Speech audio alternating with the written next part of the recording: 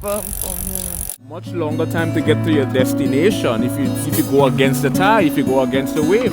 But if your intuition tells you to go in your own lonely direction, follow your heart, follow what that intuition tells you. Be true to self, be true to authenticity, regardless of if that authenticity requires us to go against the tide or go against the wave. Going with the wave. If you go with the wave, you know, if you do what everyone is